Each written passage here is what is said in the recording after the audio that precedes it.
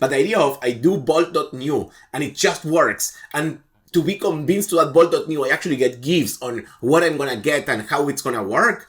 That's the ultimate show don't tell. There's no landing page, just go into the product. And I think more and more that for developers, if you can do that, if you can get them to the product and leave that wow experience fast, I think it's fantastic. The moment to wow, any concept like this where you start metricing your team on getting there faster. And also the .new domain is fun, and there are stipulations on it. It has to initiate something. You can't use it as a marketing page. It has to actually activate something. Hi everybody, my name is Martin Gontounicas, but everybody calls me Gonto.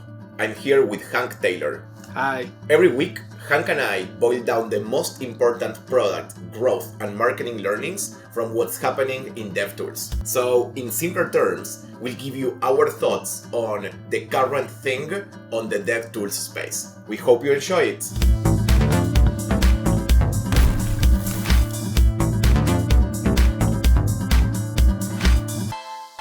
Here we are, episode 2.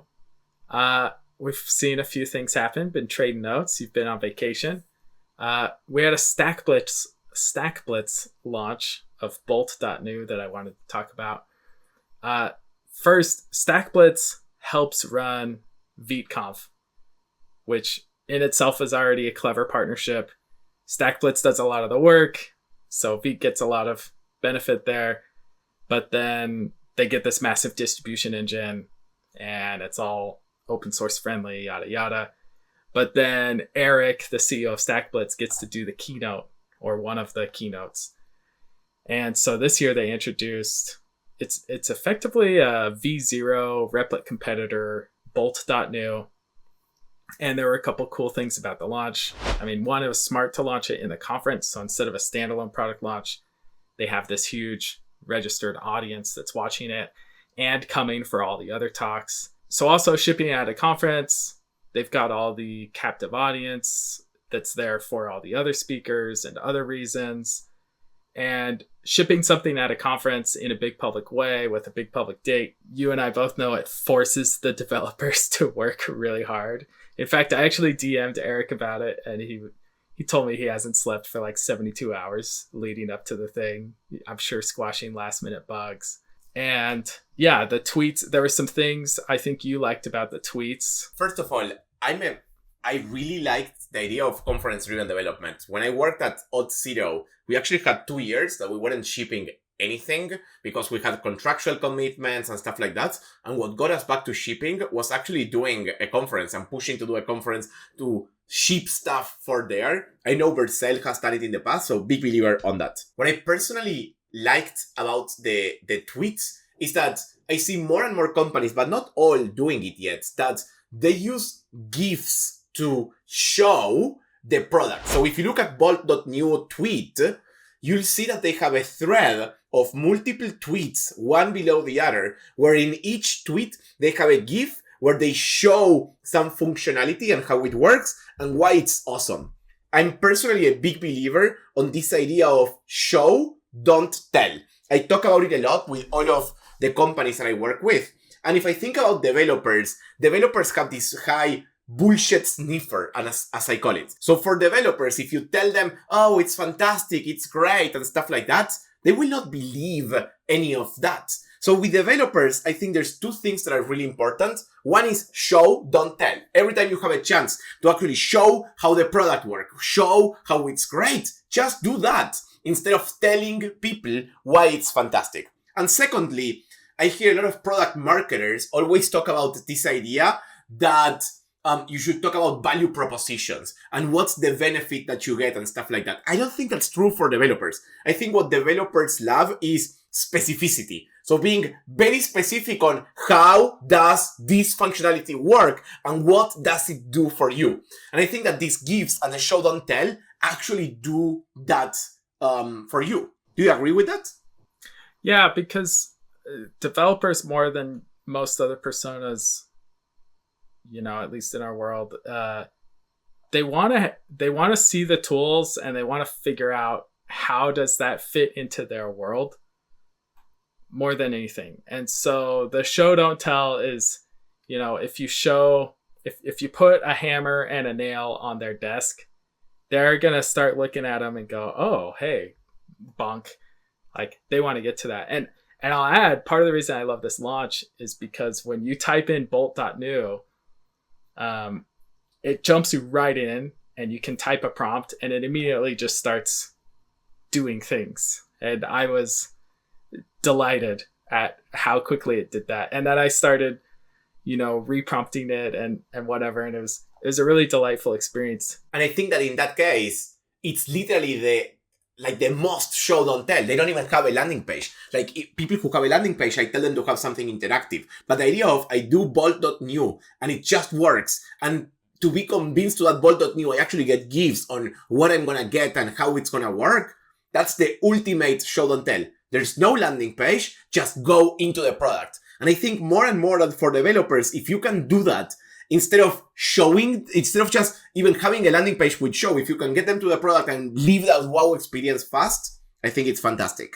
Yeah, the moment to wow is really short. At Vercel, we used to have a time to first confetti, which is the first time you get a deploy. And like any concept like this where you start metricing your team on getting there faster. And also the .new domain is fun. And there are stipulations on it. It has to initiate something. You can't use it as a marketing page. It has to actually activate something. So I liked it. I thought it was a cool launch. There were other launches that I told you about, like Builder.io they announced one where they had a similar animated GIF on the page and they had a fun little, another ticket customizer. I love the tickets. Yeah, I like the trend, but like you said, not enough are doing it yet. I think more people need to do show and not tell. And to me, what's fascinating is I see more companies now starting to do launches because Supabase, I think, started. Like Supabase was doing these launch weeks where in a week they launch every day one thing. And I've seen literally every company do something like that, but not everybody's doing it great because number one, I think what Supabase does great is they do a lot of this show don't tell, where you actually see how it works. They give you a video, a GIF, a training, and they literally show you. And number two, what I think Supabase does great is that most of the features that they ship on the launch week, they actually partner with somebody else. So they do a feature with somebody. And in those cases, they get this value where each feature will be released with the audience and the users from the other partner. So they get to talk not just to their users, but also to others. I've seen a lot of companies do launch weeks where they just ship features, they don't show them as much, and they just tell you, and they don't do it with partners, and then they expect everybody to know about it. But there's no vital components, there's nothing to show, there's nothing to use, there's no new partner audience. It makes no sense. Yeah. A topic for another time, I think, is like surprising people with features versus doing the collaboration and stuff, because both can work. They're extreme opposites, but they have different use cases. So speaking of showing and not telling and using, visuals and whatever and proof to persuade, I think you had a great topic on this. One of the things that to me is fascinating about the front-end world and the development world in general, but I think mostly in front-end than anything else, is this thing where there's so much drama and so much arguments online. Like, as a lover of gossip, I love them personally because it's fun. But my question is is it useful for the companies? I've seen two things happen in the last 2 weeks. Number one was this whole thing in web components, where there was a tweet that somebody said that web components didn't make any sense at all and that they didn't help the web. Then I saw Igor Minar, who used to be on the Angular team, saying that they were going to do web components, but in the end decided not to. And then Rob Eisenberg, who is actually the creator of web components, came in and started to discuss with Igor and no, you didn't really help us out and you didn't come with an open mind and it wasn't the right thing. And it was this big drama that everybody was talking about. Same week, there was another big drama, I think, between Vercel and Cloudflare, where Vercel started to talk a lot about why CDNs are a thing of the past. and then started to talk about why deploying Next in a place like Cloudflare isn't as good as in Vercel, and started to give specific information and specific things about it in a tweet where I actually mention about Cloudflare, talk about it, and stuff like that. What's your take on this online drama and arguments? Are they useful for the company, useful for the community, useful for who, and how do you think about them? I think it's usually, if it's useful for anybody, it's useful for the underdog, for the person introducing that, like, hey, the incumbents have it wrong, or the way you do things, reconsider it, because it might get some people to do that. But when you're becoming a market leader, I think it's just I don't think it's persuasive, first off, to go and argue with the underdogs. And notably, I don't think we've seen Cloudflare arguing with RouchG on this, but we have seen other people arguing with RouchG on this, including like partners of Cloudflare who are smaller, and therefore I think they're the ones benefiting from it. And I think engaging in the drama directly or stirring it up that way with these kind of ivory tower arguments, it's hard as an outsider to understand, okay, is this a good faith argument? What are they leaving out? Do they know they're leaving out stuff? Are they really presenting the best case here? Like, it's Twitter, so probably not. And they're heavily incentivized to probably not make good faith arguments online. Like, none of us are, when we just want to be right and persuade people. I would advise against it almost every time. I think that the company for whom this is useful is for other companies that are not in the battle. What I mean by that is, every time I think about doing a content strategy for any company, I think a category of things that you should do is what I call surf the wave. And surf the wave is look at what's the current thing on Twitter or in the space in general, and then try to write content very fast about it to see if it becomes viral and if it catches up.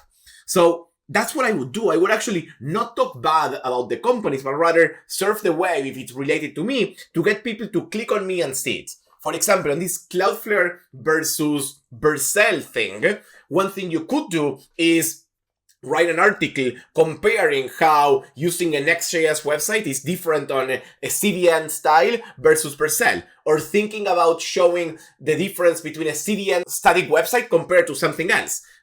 So I think diving into the problem, but without judging the companies and actually just showing data or talking a bit about it and stuff like that could be a way that you get content to be viral and then you show up more. Of course, this is for the underdogs. Like, this is for smaller companies that want to hijack the trend and then start talking about it. It can be a two-edged sword because to some of these people, it might appear you're taking a side. And something I'm always telling people is the best thing you can do in any sort of marketing, but I think it's especially in DevTool marketing, if you can get whatever your thing is to be somehow tied to the developer's ego, identity, whatever, then you're going to win. Because we don't identify with companies as much as we used to. Everybody job hops a lot, but we do with tools. We'll use the same tools. We'll have tools as requirements. You must use this stack for me to even apply to work for you type of stuff. And so dev tools are becoming part of people's identity. So I don't know if there's a way for you to like go experiment, create data, surf the wave, and do it in a way that helps reinforce identity. I think it's just a great thing to do, though there will be some danger. Sometimes the wave will crash on you or something. There's always risk, but with no risk, no reward. If you're an underdog, you can do this because you have very little to win. That's why the big companies would never do it. At the same time, I think that in general, for any company, whoever they are, it's always bad PR to talk bad about other companies. Because talking bad about somebody else will always generate hate. And I think you can talk about it without mentioning the other company. You can always spin it and potentially do a piece of content or a tweet or something where you talk about the great things about your product that the other product doesn't have without mentioning the other product. So you say like, oh, my product has this, and that. And that allows companies to do this thing that nobody else can do. So taking a positive approach, talking about differentiation from others, but from a point of view of I'm proud of what we built and this is why it's great, and not mentioning competitors, I think it's the best way to tackle this. In general, talking bad about somebody else, I think always has a bad taste. Yeah. And yeah, even in this example, I could think of how maybe RouchG could have done a tweet about why Vercel isn't building a CDN like this. Didn't even necessarily have to mention Cloudflare or let alone directly reply to the underdogs that were effectively baiting him into conversation and bringing his many followers to smaller circles. What's interesting to me is that I don't see, and I don't know why yet, like I don't know why, but it happens that in the front-end world, people, as you said, relate their identity to a platform and a framework and stuff like that. I don't see that happening as much in the backend community or SRE or DevOps communities or stuff like that. So thinking about that, I think, is important when you think about your marketing and how to go after some of these frameworks and technologies. It's still definitely there, though. I mean, there are infra DevOps folks who, Kubernetes is life, and or I hate Kubernetes, and you get all sorts. Just as like one example, but you see it in everything. I replied to a tweet that you sent me related to this, and I pointed out that it happens with Salesforce.